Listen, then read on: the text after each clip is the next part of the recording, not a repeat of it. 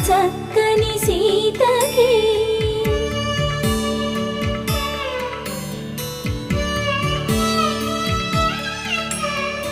ఎర్ర జాబిలి చేయి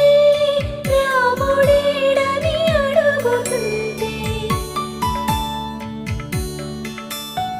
చూడలేదని పెదవి చెప్పే చెప్పలేమని కనులు చెప్పే నల్ల పూస